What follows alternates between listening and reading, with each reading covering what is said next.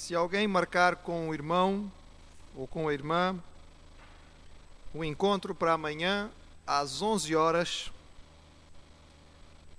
às 11 horas da manhã, a que horas é que deve lá chegar? Vamos imaginar, marcaram consigo amanhã às 11 da manhã, você marcou com essa pessoa amanhã às 11 da manhã, aqui à porta da igreja, e a pergunta é: a que horas você deve chegar? E a resposta certa é: depende. Os irmãos guardem esta, porque esta serve para quase tudo. A resposta certa é sempre depende. Isto não serve para os alunos na escola, tá bom? Não podem responder isto nas escolas, nem nos exames, porque os professores não vão aceitar. Eu já vou explicar porque é que a resposta certa é depende. Porque, de facto, depende de com quem você marcou o encontro. Vamos imaginar que você tenha marcado o encontro com alguém que seja do hemisfério norte. Que seja, por exemplo, um americano. Ou que seja da parte norte da Europa. Vamos dizer que você tenha marcado com um alemão ou um suíço para às 11 horas da manhã. Então, a resposta certa é: você deve chegar um quarto para as 11. Porque estas culturas são culturas que valorizam bastante o horário. Valorizam o certa. Que entendem que tempo é dinheiro, em muitas das circunstâncias. E que, portanto, acham que é importante estar na hora certa. Se você marcou com uma pessoa de uma cultura destas às 11 horas, 15 minutos de intervalo é razoavelmente aceitável. Meia hora, não. Portanto, cuidado com quem você marca o horário. Já vamos imaginar que você tenha marcado com alguém de uma cultura um pouco mais do sul, um pouco mais quente. Vamos imaginar que o irmão marcou às 11 da manhã, mas marcou com um brasileiro, por exemplo. Ou possivelmente com um irmão africano. Marcou às 11, mas até 11 e um quarto, até 11 e meia, é razoável, não há necessidade de ficarmos assim tão ansiosos. É claro que se você chegar um pouco atrasado, é bom apresentar algum tipo de desculpa, não que ela tenha que ser muito elaborada. Vai ter que ser um pouco mais elaborada se passar de 1 hora de atraso, não é? Mas até aí ainda se consegue levar, porque as culturas do Sul normalmente são um bocadinho mais leves em relação ao horário. Consideram que as pessoas são mais importantes do que necessariamente o cumprimento de certos compromissos e por isso são capazes de tolerar mais facilmente isto. Mas imagine que você marcou às 11 da manhã com alguém de uma cultura marcadamente árabe, ou talvez até japonesa. Nestas culturas, a resposta para a hora certa que você vai chegar depende do nível social que a pessoa dessa cultura tem em relação a si. Por exemplo, se marcou com alguém de uma cultura japonesa para as 11 da manhã e você é uma pessoa que ocupa uma posição social mais importante do que essa pessoa, então você não vai chegar às 11. Vai chegar às 11 e um quarto, não é? Talvez 11 e 20. Porquê? Porque você tem uma posição mais importante, sempre quem espera é quem tem a posição inferior. Você não pode correr o risco de chegar e a pessoa ainda não estar lá. Porque depois é uma vergonha para uma pessoa que tem uma posição social mais alta estar à espera de alguém que tem uma posição mais baixa. Já se você tem uma posição social mais baixa do que essa pessoa, faça o favor de chegar cedo. Porque é você que tem que esperar e não o outro. Tempo. Nós vivemos pressionados por ele. A verdade é que o relógio é algo que nos pressiona constantemente. Mas quando nós falamos de Deus, estamos falando sobre alguém que vive fora do nosso relógio. Deus criou-nos e criou-nos dentro do tempo e criou o tempo para nós vivermos com Ele, mas Ele mesmo não está limitado às horas que nós temos do dia. E é por isso que a nossa relação com Ele passa tantas vezes por uma ansiedade significativa no que diz respeito ao tempo. Muitas vezes nós temos a sensação de que Deus está atrasado. Muitas vezes nós temos a sensação de que Ele está a demorar muito. E nós queremos apressá-lo. Vejam um texto bíblico e uma história de Jesus que nos mostra bem esta realidade. Evangelho de Marcos, capítulo 5.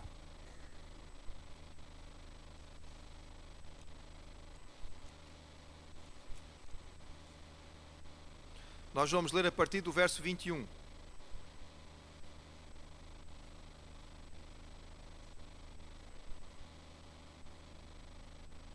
E diz assim, Marcos 5, 21. E passando Jesus outra vez num barco para outra banda, ajuntou-se a ele uma grande multidão e ele estava junto ao mar. E eis que chegou um dos principais da sinagoga, por nome Jairo, e vendo-o, prostrou-se a seus pés e rogava-lhe muito, dizendo: minha filha está moribunda, rogo-te que venhas e lhe imponhas as mãos para que sare e viva. E foi com ele, e seguia-o uma grande multidão que o apertava.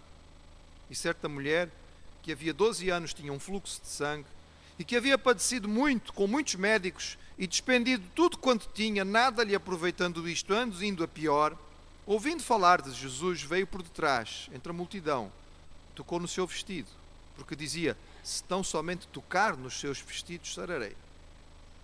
E logo lhe secou a fonte de sangue, e sentiu no seu corpo estar já curada daquele mal. E logo Jesus, conhecendo que a virtude de si mesmo saíra, voltou-se para a multidão e disse: quem tocou nos meus vestidos? E disseram-lhe os seus discípulos: vê que a multidão te aperta, e dizes: quem me tocou? E ele olhava em redor para ver a que isto fizera. Então a mulher, que sabia o que tinha acontecido, temendo e tremendo, aproximou-se e prostrou-se diante dele e disse-lhe toda a verdade. E ele lhe disse: filha, a tua fé te salvou. Vai em paz e sê curada deste teu mal. Estando ele ainda falando, chegaram alguns dos principais da sinagoga e disseram: a tua filha está morta, por que enfadas mais o mestre? E Jesus, tendo ouvido estas palavras, disse ao principal da sinagoga: não temas, crê somente. E não permitiu que alguém o seguisse, a não ser Pedro, Tiago e João, irmão de Tiago. E tendo chegado à casa do principal da sinagoga, viu o alvoroço e os que choravam muito e pranteavam, e disse-lhes: por que vos alvoroçais e chorais? A menina não está morta, mas dorme. E riam-se dele, porque ele, tendo-os feito sair, tomou consigo o pai, a mãe da menina e os que com ele estavam, e entrou onde a menina estava deitada. E tomando a mão da menina, disse-lhe: Talita, cumi, que traduzido é: menina, a ti te digo, levanta-te. E logo a menina se levantou e andava, pois já tinha 12 anos, e assombraram-se com grande espanto. E mandou-lhes expressamente que ninguém o soubesse, e disse que lhe dessem de comer. Este é um episódio conhecido do Evangelho. Eu gostaria que nós olhássemos para ele hoje do ponto de vista da ansiedade, do ponto de vista da paciência. A vários níveis, as pessoas que estão envolvidas nesta história são pessoas que estão pressionadas pelo tempo e com um certo senso de urgência da ação de Deus. Começamos por Jairo, o principal da sinagoga. Ele tem toda a pressa do mundo. A filha dele está a morrer. De fato, a situação de Jairo é uma situação urgente. Ele tem pressa. E tem razão para ter pressa. A sua urgência é uma urgência real.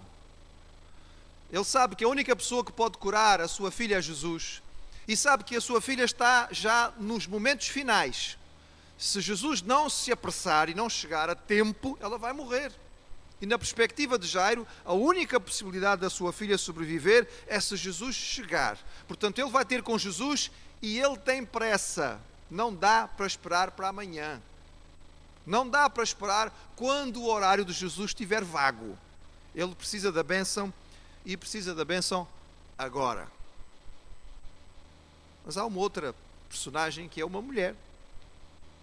Esta mulher tem uma hemorragia que não alarga há 12 anos. 12 anos à espera de cura. Não é um caso necessariamente urgente, porque afinal de contas ela já tinha, não é? Já estava há muito tempo com este problema de saúde, mas era um caso em que a paciência tinha sido testada até ao limite. Ela já tinha esperado muito, já tinha rogado muito, já tinha gastado todo o seu dinheiro em médicos e em tratamentos sem qualquer melhoria, antes piorando. Ela já não tem a quem recorrer. O caso dela é diferente, mas não é menos sério. A sua necessidade pode não ser tão urgente em termos de vida ou de morte, mas a sua paciência já está no fim. Ela precisa que a bênção venha e venha logo. E depois temos os discípulos de Jesus. Os discípulos de Jesus estão cansados. Fizeram uma viagem de barco para lá e para cá. Se Jesus, de alguma maneira, podia descansar na viagem de barco, não sei se dava para descansar muito, mas pelo menos podia descansar um pouco, os seus discípulos que eram pescadores, não, porque eles tinham que manejar o barco e, portanto, cansavam-se não somente de ir com Jesus e daquilo que era feito, mas depois cansavam-se no regresso. E eles estavam cansados. E o mestre está a ser pressionado por outras pessoas, envolvidos. E os discípulos têm pressa. Eles têm pressa de chegar a casa para descansar. Nunca mais podemos repousar um bocadinho. Todo o tempo sempre pressionados por tanta gente e as pessoas a apertarem e querem falar com Jesus e não nos dão descanso. Os discípulos estão de fato cansados. É uma pressa egoísta. Mas será que todas as pressas não são egoístas? É uma pressa egoísta, pouco urgente comparada com a do Jairo ou a da mulher, mas representa um tipo de pressa que nós também temos muitas vezes. E Jesus? Como é que ele reage nisto tudo? Jesus também está cansado, irmãos. Se lerem o texto bíblico vão ver que Jesus veio da região de Gadara. Gadara era uma zona de influências gentílicas, de influência grega, que ficava do outro lado do mar da Galileia. E ali Jesus tinha-se defrontado nada mais, nada menos com o caso mais grave de possessão demoníaca do seu ministério. Era um homem que era dominado por uma legião de demónios. Os irmãos entendem o que isto significa em termos de batalha espiritual?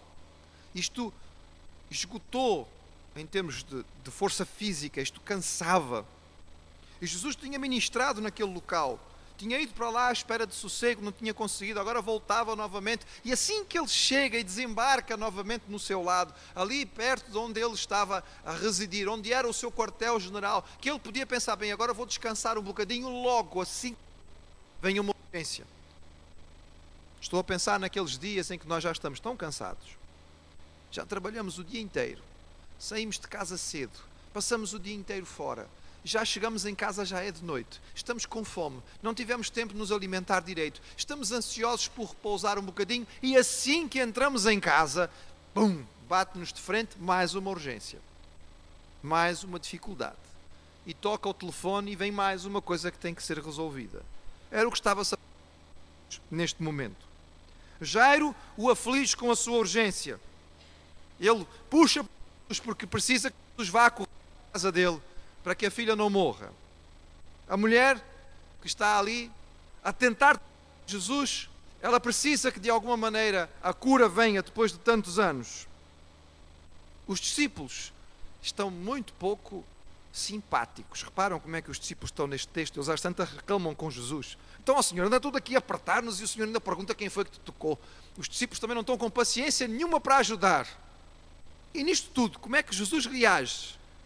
Bem, irmãos, eu vejo um Jesus muito calmo, muito tranquilo. Está com pressa, está a questioná-lo.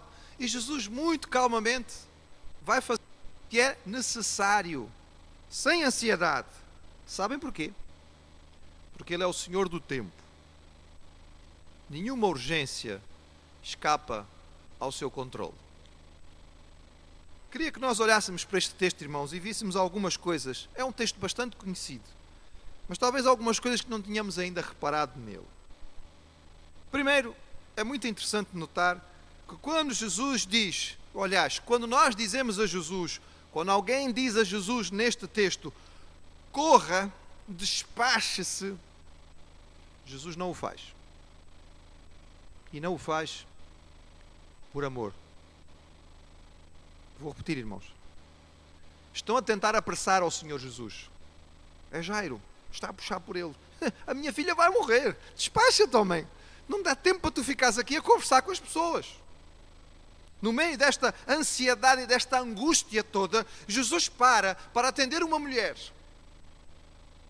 Os irmãos podem imaginar o que ia no coração de Jairo quando, no meio daquela multidão que já vai devagar, não dá para correr no meio de uma multidão, de repente Jesus para, vira-se e pergunta, olha, alguém me tocou, quem foi que me tocou? Uma linguagem bem comum hoje aqui para nós em Portugal, o Jairo passou-se, não é? Isso não é possível, a minha filha está a morrer, porque está uma multidão aqui à volta. Então uma mulher apresenta-se e Jesus começa a conversar com a mulher. Os irmãos estão a ver Jairo, quase a arrancar os cabelos. Não é possível, a minha filha está a morrer e este agora para no caminho para conversar. Com quantas pessoas ele agora vai trocar impressões? Ele está, de fato, desesperado. Mas no meio da angústia em que Jairo quer dizer a Jesus, corra, Jesus não o faz. Ele não se deixa apressar, embora nos ame. E muitas vezes, irmão, Jesus não se deixa apressar exatamente porque nos ama. Ele não deixa que nós apressemos a sua agenda porque Ele é Senhor e não nós. A agenda, o momento, a hora, está nas suas mãos e não nas nossas. E a noção de atraso que nós podemos ter em relação é nossa e nunca dele. O Senhor não pode se atrasar, mesmo que nós pensemos o contrário. Ele sabe exatamente o que quer e sabe exatamente a hora de fazê-lo. Mas Jairo não conhece o futuro, não sabe o que o espera e por isso a sua angústia é grande. E nós também. Mas é interessante o outro lado da história de Jairo. Quando Jairo diz a Jesus, despacha-te, Jesus não corre. Mas quando Jairo diz a Jesus, agora já não vale a pena, Jesus continua em direção à sua casa. Já repararam, irmãos? Primeiro ele quer que Jesus corra, Jesus não corre. E agora ele diz a Jesus, já nem vale a pena ir. A notícia chegou, a minha filha morreu, agora não. Jesus também não ouve o que Jairo está a dizer e continua em direção à sua casa. Primeiro, Jairo tem toda a pressa do mundo e desespera. Depois, com a notícia da morte, ele desanima por completo e conclui que o tempo já passou. Mas Jesus, que não acedera a correr, também não acede ao desânimo. Porque para ele há sempre tempo. Para ele há sempre tempo. Há sempre possibilidade. Porque para Deus nada é impossível. O Senhor, mesmo no meio da urgência, mesmo no meio da pressa que outros têm para com Ele, tem sempre tempo para abençoar. No meio da urgência, em que Ele tem que ir a correr para poder atender esta menina que está a morrer, Ele para curar esta mulher, tratar do seu coração. Irmãos, o que é que isto equivaleria na nossa cultura? Seria se alguém tocasse o telefone e chamasse uma ambulância de urgência e a ambulância saísse disparada daqui para ir para algum lugar onde alguma pessoa está a morrer e a ambulância tem que lá chegar, mas no caminho eles paravam e viam alguém que estava a espirrar. Então paravam para atender a pessoa que estava a espirrar. E nós diríamos, não pode, tem que chegar logo aonde foi chamado. Mas Jesus parou, porque Ele tem sempre tempo para abençoar.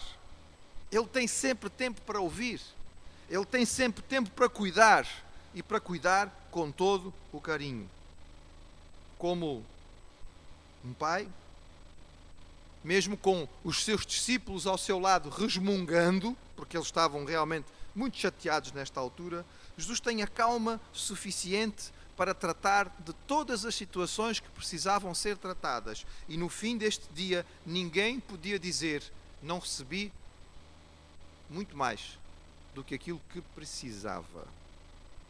O Senhor nunca está ocupado demais para atender o nosso pedido. É provável que o seu pedido possa lhe parecer muito urgente.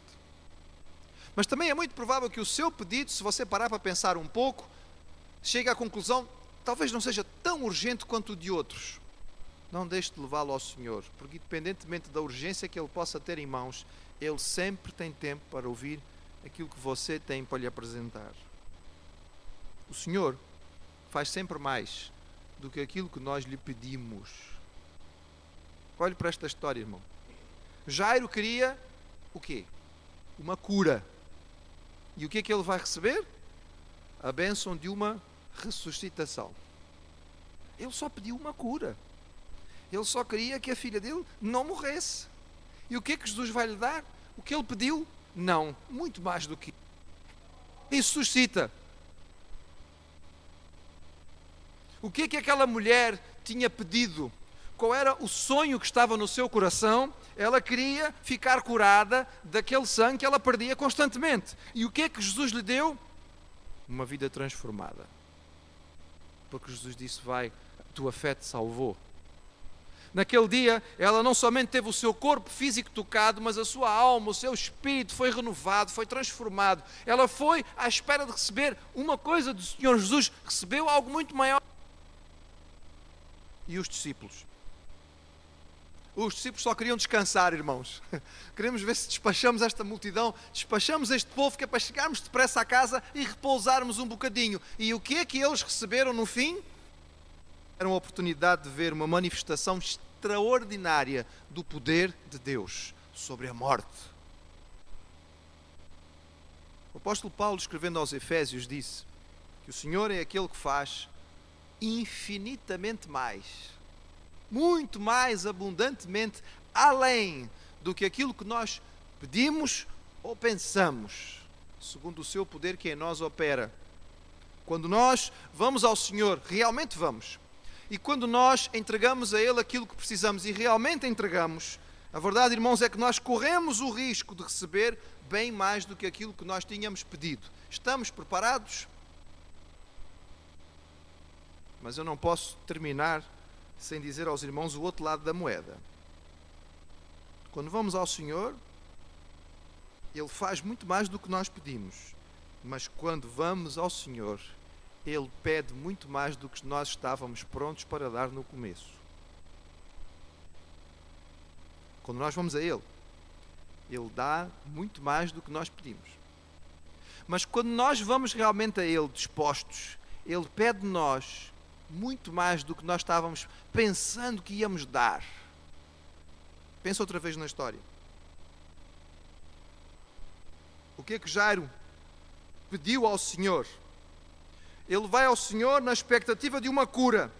É isso que ele está pronto a dar. A fé que acredita que Jesus pode curar. E o que é que Jesus vai lhe pedir, irmãos? A fé que acredita que Jesus pode ressuscitar. São coisas diferentes. Não sei qual é a sua visão, mas eu acho que ter fé para curar, talvez seja assim. Ter fé para acreditar que Jesus pode ressuscitar, é assim. Ele estava disposto a dar ao Senhor Jesus a confiança de alguém que sabe que o Senhor é capaz de curar a sua filha. Mas quando ela morre, ele acha que acabou. E Jesus diz, eu quero mais. Eu quero mais. Crê. E a pergunta seria, mas ela morreu, não há mais nada para crer. Crê. Ele estava disposto a dar a Jesus um bocadinho. Mas Jesus pediu bastante mais. E esta mulher, irmãos, o que é que ela estava disposta?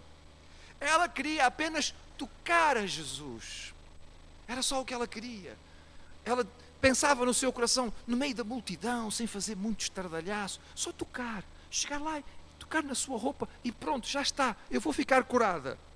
E o que é que Jesus acaba por pedir dela, irmãos? Que ela abra o seu coração publicamente. Os irmãos sabem o que é que isto significava para uma mulher com aquele problema físico naquele tempo? Significava que esta mulher era impura ritualmente. Ela estava a expor-se publicamente, a mostrar uma situação que era considerada degradante para todas as pessoas que estavam a ouvir o seu relato.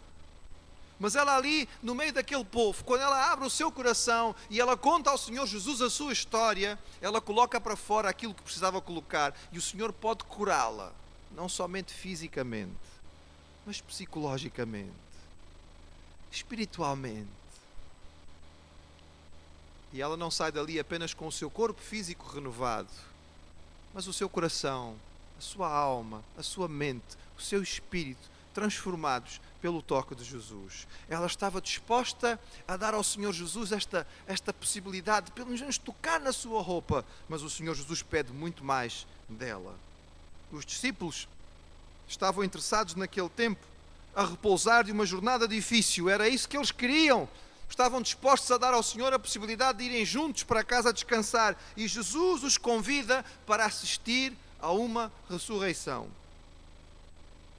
Não deixe de ir ao Senhor, mas saiba que quando vamos a Ele, normalmente Ele pede bastante mais do que nós estávamos dispostos a dar. Está preparado? Nós precisamos aprender a desenvolver a nossa confiança na graça do Senhor, na graça futura, na graça que nos abençoa. Não somente crer que o Senhor é capaz e Ele realmente nos salvou no passado, mas acreditar que Ele continua nos amando, vai nos acompanhar e vai fazer a diferença no nosso futuro. Nós precisamos olhar para a palavra do Senhor e ver todo o cuidado e todo o carinho que Ele tem para com os seus filhos. As nossas traduções provavelmente não são 100% fiéis no que diz respeito ao entendimento do que esta palavra que Jesus tem com esta menina significava. Eu acho este texto extremamente bonito, do ponto de vista de como ele nos mostra o carinho que Jesus tinha. Primeiro, Jesus para no meio de uma situação de urgência para atender esta mulher. Uma mulher que já estava há 12 anos ritualmente impura, não podia ir à sinagoga, não podia ir ao templo. Jesus para estar com ela, para ouvir a sua história, para ouvir ela abrindo o seu coração, para curar as suas feridas físicas e espirituais. Os irmãos veem a expressão carinhosa com que Jesus fala com esta mulher. Jesus diz: filha, a tua fé te salvou. Vai em paz.